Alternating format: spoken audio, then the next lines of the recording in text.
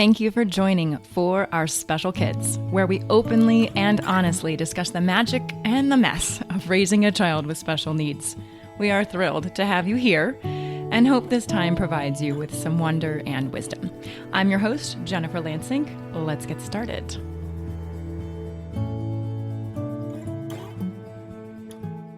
Hello, everyone, and thank you for joining me today.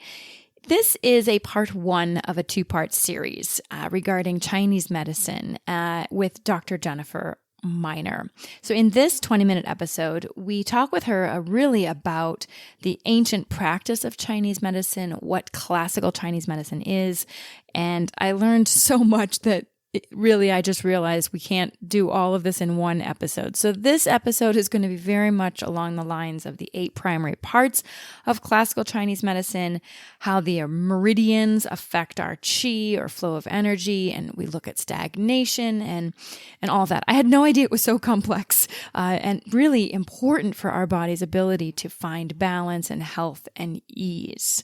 So it's fascinating. I do hope you enjoy this very educational episode. Next week's episode, we'll have a lot more discussion about applications. Dr. Jen goes into emergency situations with small children and why she would do what's called needling, and that's actually with acupuncture.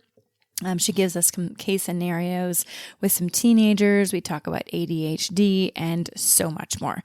I thank you so much for listening. If you get a chance to rate us or give us a review, I would really appreciate it. It helps people find the show and all this work that everyone's putting in, not just me, but all of the individuals that we're interviewing. It would just help get our word out more. So if you can rate and review or like us and love us and all of that, wherever you're listening, I appreciate it.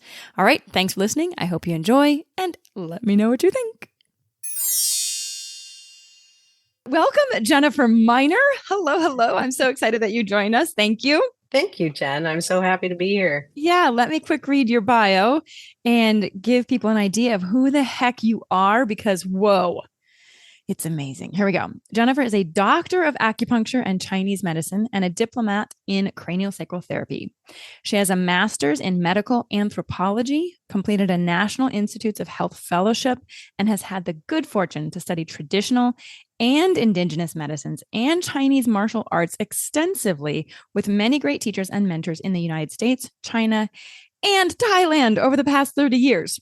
She has a private practice in Saratoga, California, serves on the faculty of 5 branches University of Chinese Medicine, and is an instructor and practitioner of dolphin-assisted bioaquatic cranial sacral therapy in the Bahamas. When she's not playing with dolphins or working with patients and students, she enjoys traveling, photography, hiking, and spending time with family and friends. Jen Miner, I'd like to consider you my friend. I would love that, and I consider you my friend. So come on up to Tahoe. Okay, let's plan it. All right. So I met Jen. I met you in the Bahamas. That was the first time I think we met in 2018. That was, I believe, when Teal had her first interaction with dolphin-assisted craniosacral therapy. And I immediately adored you. You basically told me to get my crap together and start learning about craniosacral, which I did, and I'm going to continue again, so don't stop my hand.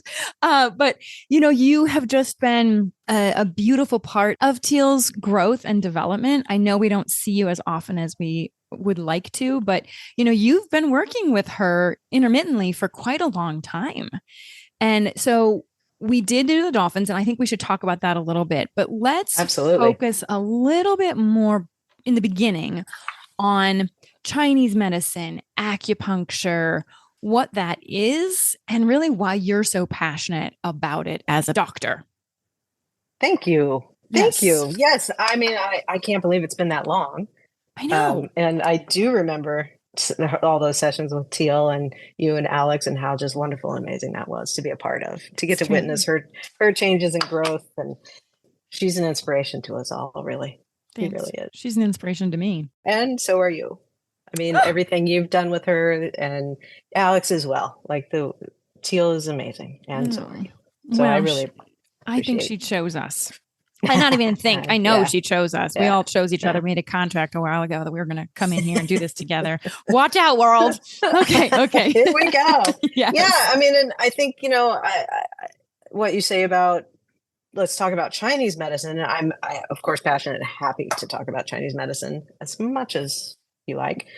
And it really does connect to cranial sacral therapy, right? I mean, even Dr. Upledger, if we go back to the beginning, the origins of Upledger cranial sacral therapy practice, when he did practice Chinese medicine as a part of what he did with cranial sacral therapy from the get-go. And even in the classes, I believe it's SER1, where they actually teach very basic, but the meridians, and they start to introduce points, acupuncture points on the body for those who haven't already studied them on their own, in their practices prior. So they're very much intertwined. I'm going to stop you 1 second. What does SER stand for? SER, somato-emotional release. And Perfect. So when we talk about emotions, we think of them obviously mostly as emotions that we feel and are really aware of, but there's also somatic, right? The body has its own memory. And so the tissues of our body can release emotion also. And sometimes that's a big part of the craniosacral therapy and Chinese medicine treatment process, is to work with the person, not just their mind, not just their spirit, but their body too, and see what our bodies have to say. And kids are incredibly amazing at expressing themselves, right? We all know that. And we see with treatment sessions that there's a lot we can learn from them with that too, because they really do let those emotions out, not just from their spirit and their psyche, but from their physical bodies as well. Yeah. Teal had that happen the first time she had cranial sacral with dolphins. It was like, whoa, that's an SER. And then I've continued to have them, and she has too. So yeah, we can talk about that. Whoa, that's okay. Let's get back to acupuncture. Okay. Absolutely. Let's talk. I mean, you said basic meridians, all of that. So just give us a brief introduction to what is acupuncture and why it works and what are the principles behind it. There's a big question. People study that for years, but we'll do the short version. Yeah. So acupuncture is actually part of a much larger system of medicine, which we call Chinese medicine. You may also hear it referred to as Asian medicine. And Chinese medicine, classically, now we're talking going back thousands of years, 2,000, 3,000, even more years prior to now, it was originally passed down as through oral transmission, through teaching from teacher to student, within a family. And that family didn't have to be blood family. It could be apprentices, people who in the small village who wanted to learn and became a part of that system of medicine. And as it's been passed down generation to generation, it's grown and developed. It has really 8 parts, we say classically. So I'm going to run those down for you. This is all part of Chinese medicine. Acupuncture is the one most known in this country. Chinese herbs would probably be second to that, right? And herbal remedies. And those are both external herbs that we can apply for injuries topically, as well as internal herbs that we might take for an internal condition. We even give herbs to kids, right? There's lots of formulas that are written specifically for children. There's also body work. So in Chinese medicine, body work is mostly tuina. It's Tuina. And that, if you were to translate it literally, translates approximately to push, grasp, or push, pull. But it's much more refined than the name translation would let on. Sure. Refer to it as Chinese osteopathic medicine. And Tuina is a complete system all its own. The most known part of Tuina would be acupressure, right? Okay. Again, so like acupuncture, acupressure is really well known, but that is just one technique in a much broader, sophisticated system of body work within Chinese medicine. Okay. And it shares those same principles as one would use to apply acupuncture to, say, meridians and acupuncture points, which we'll get to in a minute. Okay. So those are the 3 most known in this country, but there are others. There probably feng shui is probably how people would know in this country a little bit, also referred to as geomancy.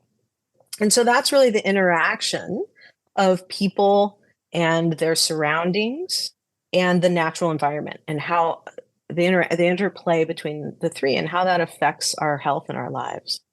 right? You know, you walk into a room sometimes, you're like, oh, I really don't feel good in this room. You Mm-hmm. move some things around in it, and then suddenly it feels bright and new and fresh and much Right. lighter, Yeah. right? That's what they really mean by feng shui, is about making those adjustments and looking at the interplay between our energy and the energy of the natural world around us and our homes and our even where our house is placed. Or Yeah. it's not just about location, but also timing. We look at things, there's certain times of year where it's better to do things. Like we see even in our culture, spring cleaning, right? Right. We all like to do spring cleaning. Well, that's actually part of feng shui in classic Chinese medicine, Okay. right? So there's certain types of years you really work by the seasons or change things by the seasons.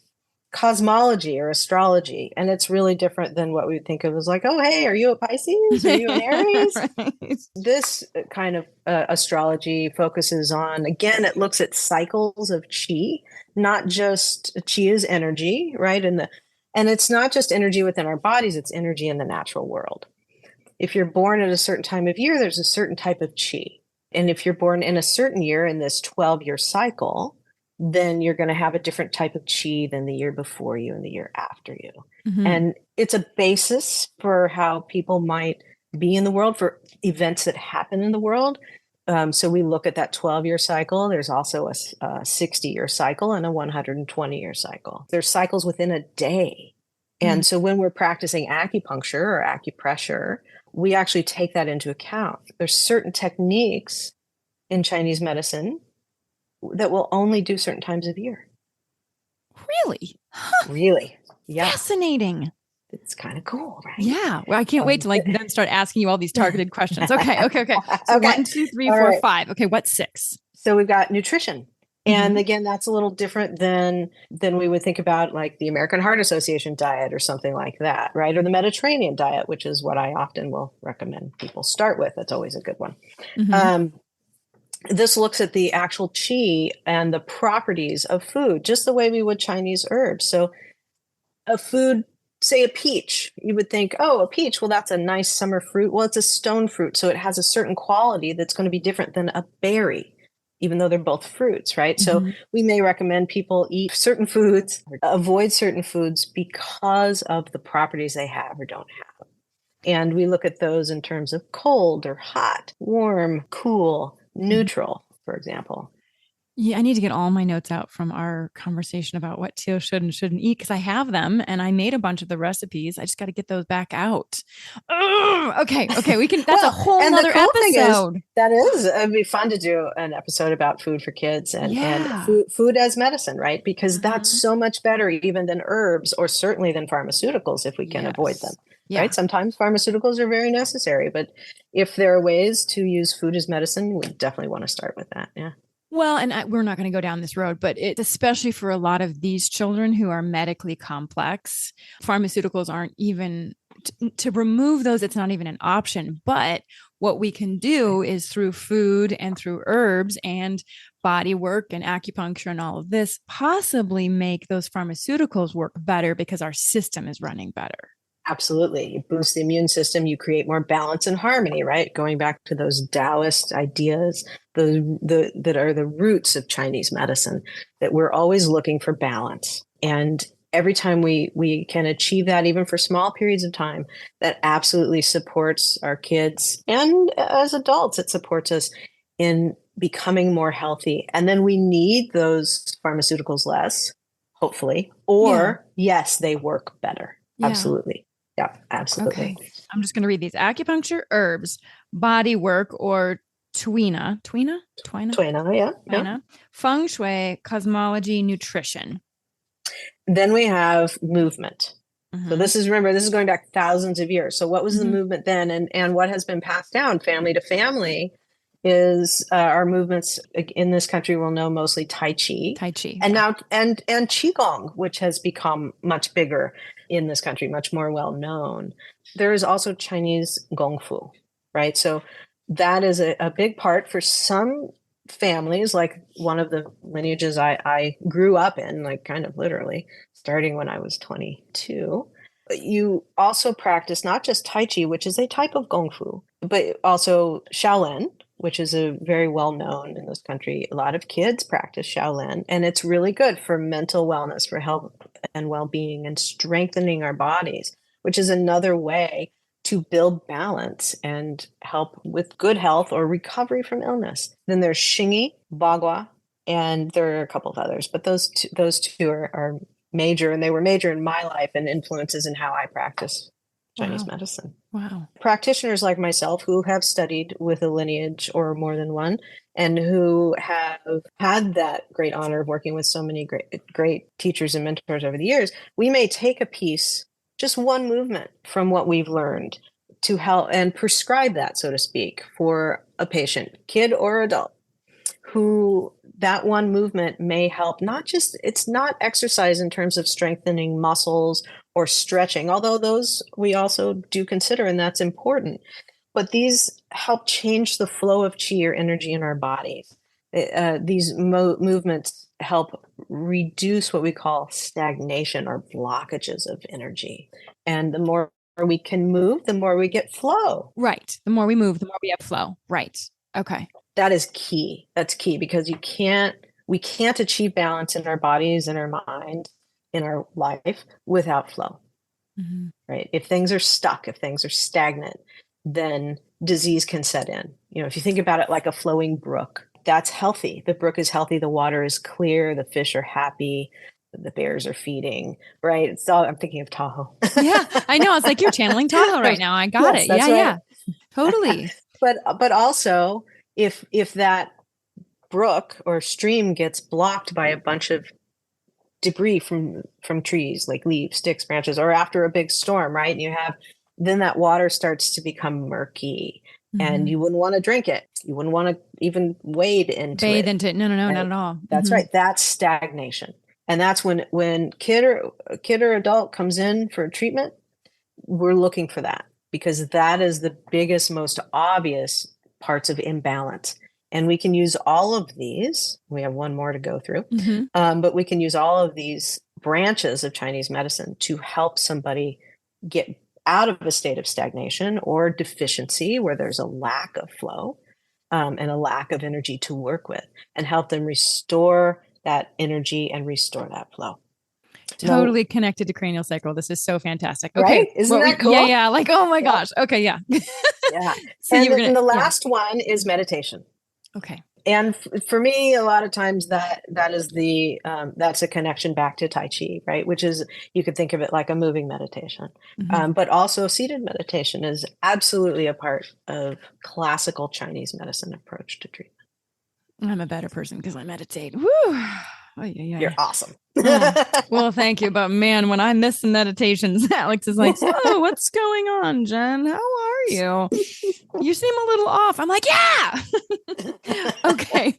All right. Gotta get your flow back. Exactly. So you've mentioned the flow and stagnation and qi, which, is energy, but you also mentioned meridians and all of that. So give us a little bit of a perspective on how that all works together for health, harmony, and balance. Will do. And this again is where cranial sacral therapy, it also works for that, right? When we're putting our hands on certain parts of the body with cranial, or we're doing that with Tui Na, right? Or acupuncture, acupressure, we're accessing the energy in the body that flows through different pathways.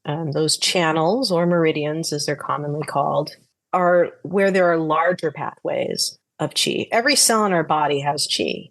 You could think about it, if we translate it into the Western idea, you could think about like ATP, right? Or the production of fuel for each cell to function. Any organ has qi. It's the qi that makes our heart beat, the actual action of the beating of the heart, for example. So we need that qi. We want that qi, and we want it to be strong and healthy and flowing properly. So you can access that through these meridians, or these channels, these pathways where energy runs more strongly. And you can do that even more so through specific points on each of those meridians. They'll each have a certain number of points, and it's different depending on the meridian. And those meridians are where the energy comes more superficially in the body, so that we can actually touch it and work with it. But then when they go into the body more deeply, we're working at it from a distance. It's kind of like you have a spigot on the house and you turn it on and you follow the hose, the water comes out the end of the hose. Well, you could think of the spigot as like an acupuncture point. And when we needle it with acupuncture, we're working to turn that knob a little more to create or reinforce more good flow, healthy flow of qi through that hose, so to speak, or to turn it down if maybe it's too much. Right? Yeah. Sometimes there is such thing as excess as well as deficiency. Mm-hmm. Yeah. Meridians, are there 3 main ones? Are they? There's a lot of them. I know. So there are there are more than this, but we focus on 12 what they're called primary meridians. And then there are 8 extraordinary meridians. And those are the most commonly known and commonly worked with. The ones with the most points on them are the 12 primary meridians. And they're named for each an organ in the body that Chinese medicine recognizes as significant, right? Okay. Well, many of the same that we would recognize in Western or allopathic medicine as significant. Right. That does make sense. We are going to pause here, and I will bring you another episode next week with Dr. Jen to talk applications. Have a good week. Thank you so much for joining us today. I hope you found 1 or 2 meaningful nuggets of information to make your day better. If you think there's value in what we do, please take a moment to tell another friend, family member, or caregiver. We'd love to hear from you at forourspecialkids@gmail.com. You can send in a question, a comment, a topic that you'd like to learn more about, or if you'd like us to highlight a certain person, please send that information to us. It makes our show so much better and so much more valuable for you.